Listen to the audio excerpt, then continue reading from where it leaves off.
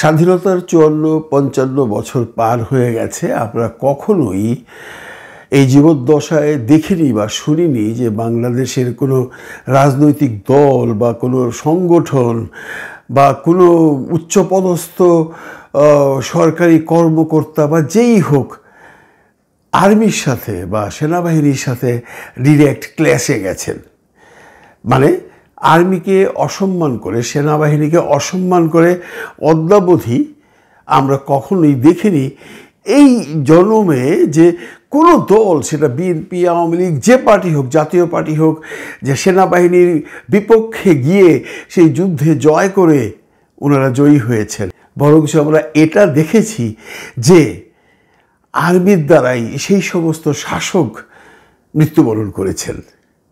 এগুলো আমাদের ভুলে গেলে চলবে না। বাংলাদেশে এখন যে পরিস্থিতি চলছে, সেনাবাহিনী ভার্সেস এই এনসিপি নিয়ে বা বিভিন্ন রকম মতবাদ দিয়ে, বিভিন্ন রকম ভাষণ নিয়ে, বিভিন্ন রকম উক্তি নিয়ে, সেটা আসলেই শুধু আমাদের জন্য না, আমাদের দেশের জন্য অসম্মানজনক। আমরা দেখতে পাচ্ছি হাসনাতের এই স্ট্যাটাসের পর কিছু মানুষ, কিছু রাজনৈতিক নেতৃবৃন্দ আর্মিকে যে ভাষায় কথা বলছেন, সেনাবাহিনী সম্পর্কে যে ধরনের কটূক্তি করছেন, আমরা কখনোই শুনিনি।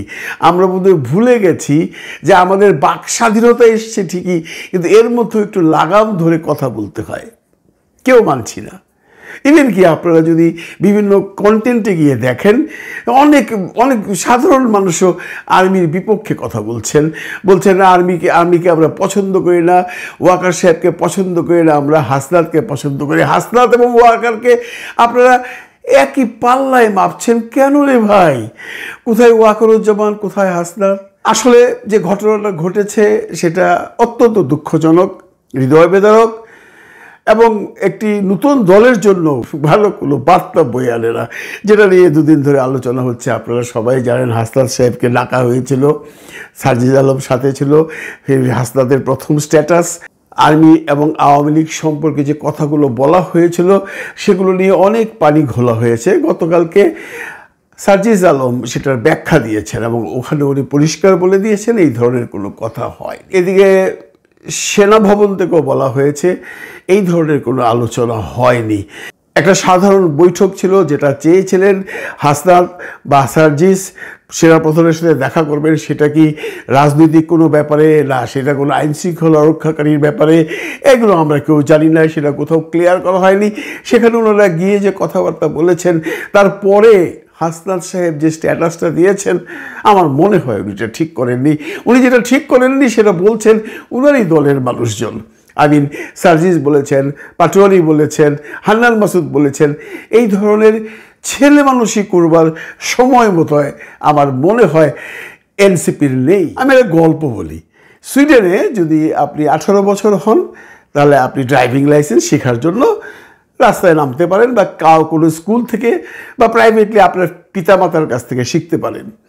যখন ড্রাইভিং লাইসেন্সটা শিখে আপনি ড্রাইভিং লাইসেন্সটা পেয়ে যাবেন, তখন শর্ত থাকে 1 বছরের জন্য তোমাকে অবজারভেশনের জন্য দেওয়া হলো। 1 বছরের মধ্যে যদি তুমি কোনো রকম রং ড্রাইভিং করো বা কোনো রকম ভুল করো, যেটা একটু বড় ধরনের ভুল, তাহলে তোমার লাইসেন্সটা নিয়ে নেওয়া হবে।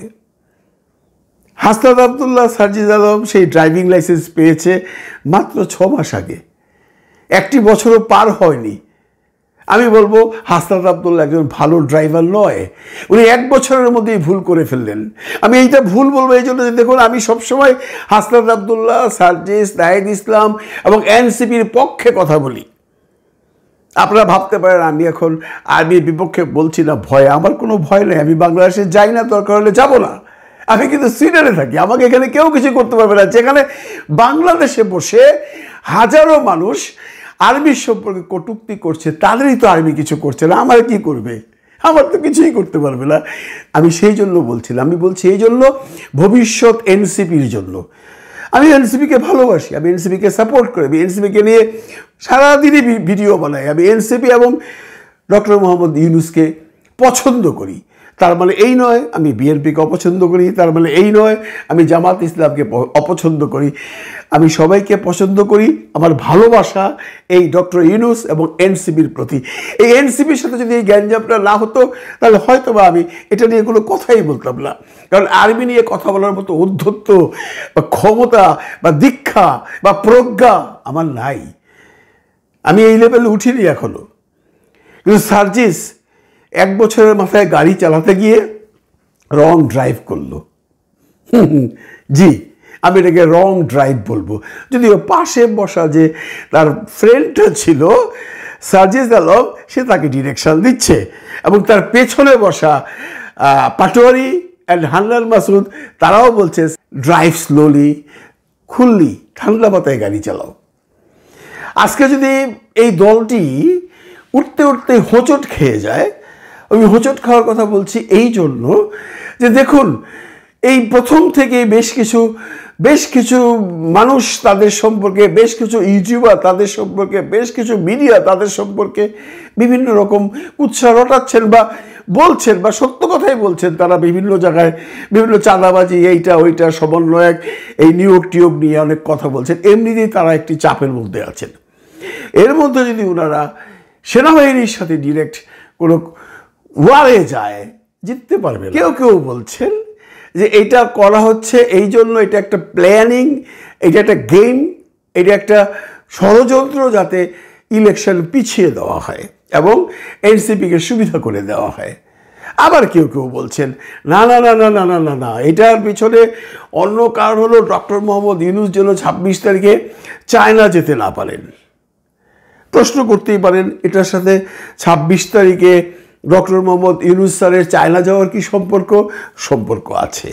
সম্পর্ক আছে এই জায়গায় যে আজকে যদি এটা নিয়ে একটা বিরাট কোনো গ্যাঞ্জাম বাংলাদেশে লেগে যায়, এটা যদি গৃহযুদ্ধ লেগে যায়, অনেকে লেগে গৃহযুদ্ধ লাগার সম্ভাবনাও দেখিয়েছেন। কারণ এই আগুনে ঘি ঢালবার মতো মানুষ বাংলাদেশে প্রচুর আছে। প্রতিটা মানুষেরই পছন্দ অপছন্দ আছে। এনসিপিকে সবাই পছন্দ করে না, আবার এনসিপিকে সবাই অপছন্দ করে না। কিছু মানুষ আছে চায় এনসিপি যেন জন্মের আগেই মরে যায়।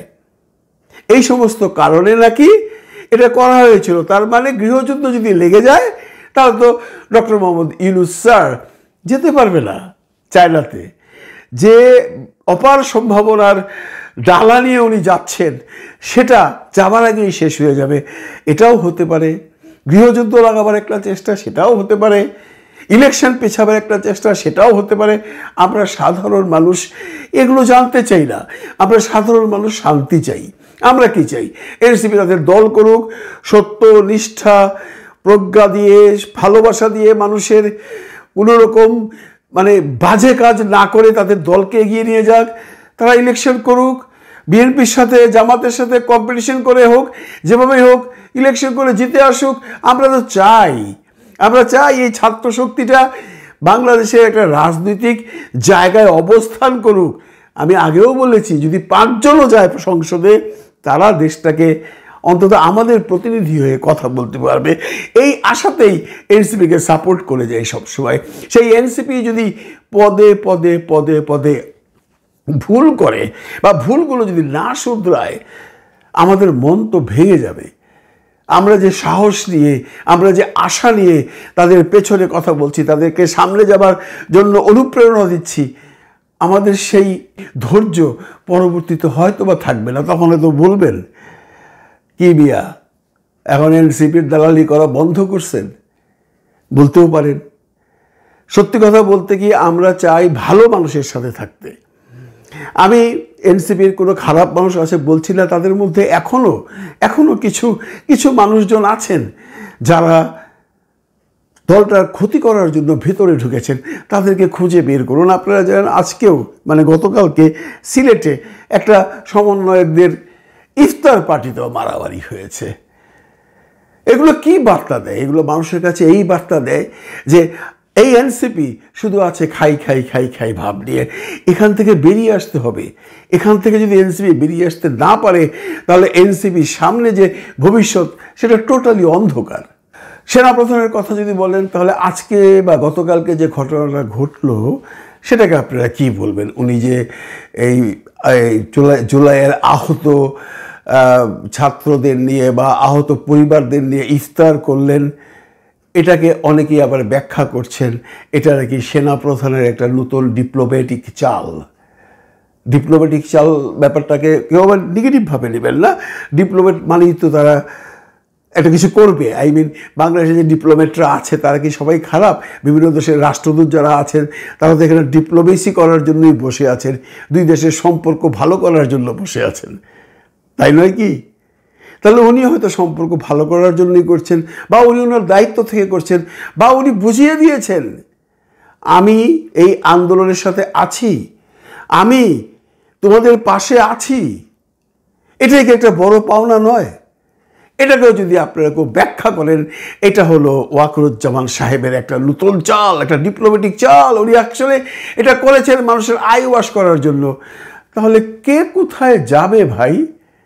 কে কোথায় যাবে? কোন কথার উপরে আপনি কাকে বিশ্বাস করবেন? আমি একটা ভালো কাজ করলেও যদি আপনি সেই দৃষ্টিভঙ্গিতে দেখেন যে আমার এই ভালো কাজের পিছনেও একটা স্বার্থ আছে, তাহলে তো আমার কিছু করার নেই।